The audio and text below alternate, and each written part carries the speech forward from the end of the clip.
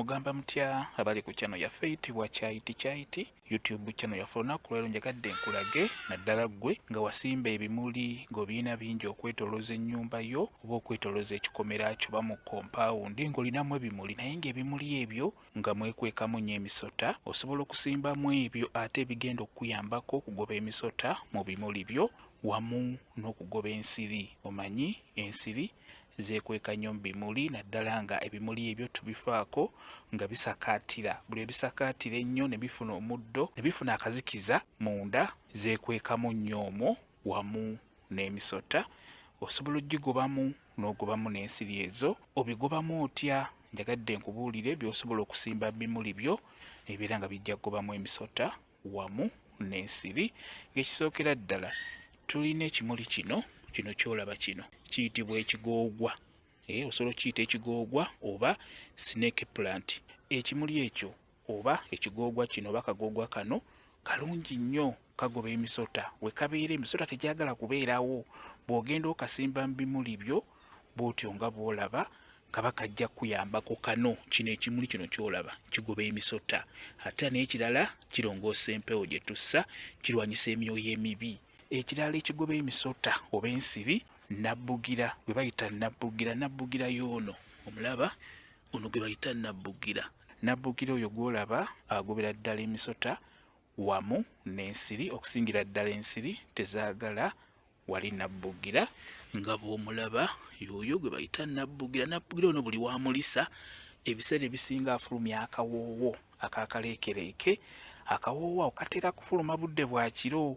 Ebimuli bino oba ebitonde ebisinga mulimu ebisa ebifulumya akawoowo mu budde obw'ekiro. Ebiseera ebisinga akawoowo ako kakosa nnyo okugeza ng'ensiri, emisota. N'olwekyo nabbugira musimba ebimuli byo agoba emisota wamu n'ensiri, obuteekweka mu bimuli nga bw'obiraba. Ekirala ky'osobola okusimba ekisubi ky'oku kyayi. Ekisubi ky'oku kyayi ekyo kikyali kito. Ekisubi ky'oku kyayi ekyo kirungi nnyo, kigobera ddala emisota. Ekisubi ky'oku kyayi osobola okugenda ng'okisimba mu bimuli byo, nakyo kigobera ddala emisota. Emisota tegyagala wali kisubi kye tuteeka ku kyayi, nakyo kirungi nnyo, osobola okukisimba mu bimuli byo.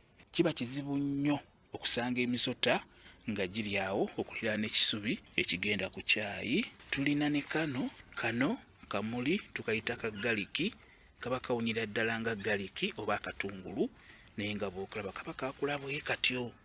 Ako nako kasimbibwa mu bimuli, bw'okakutulako bw'oti n'okawunyako kawunya nga galiki.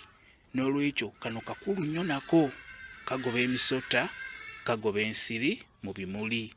Osobola okugenda ng'okasimbamu kajja kuyamba, ensiri tezijja kujja mu bimuli ebyo. Jjukira ebimuli bino kati nga bw'olaba kino gye kikoma okusakaatira bwe kiti, munda muno mwekwekamu ebiwuka eby'enjawulo ng'emisota wamu n'ensiri, ne zivamu obudde obw'ekawungeezi ne ziyingira mu nnyumba ne zitandika obbasumbuwa. N'olwekyo simba kagaliki kano, akamuli ke tuyita galiki, okalaba kalungi nnyo, kagobera ddala ensiri bw'obeera okasimbye wamu n'okugoba ebiwuka ng'emisota.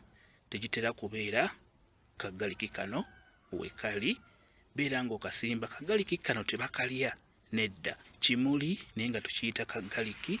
Kiwunyira ddala nga galiki naye kirungi nnyo, kigobera ddala emisota. Kambe WhatsApp namba yange osobola okumbuuza, nja kwongera okunnyonnyola ku vidiyo eno.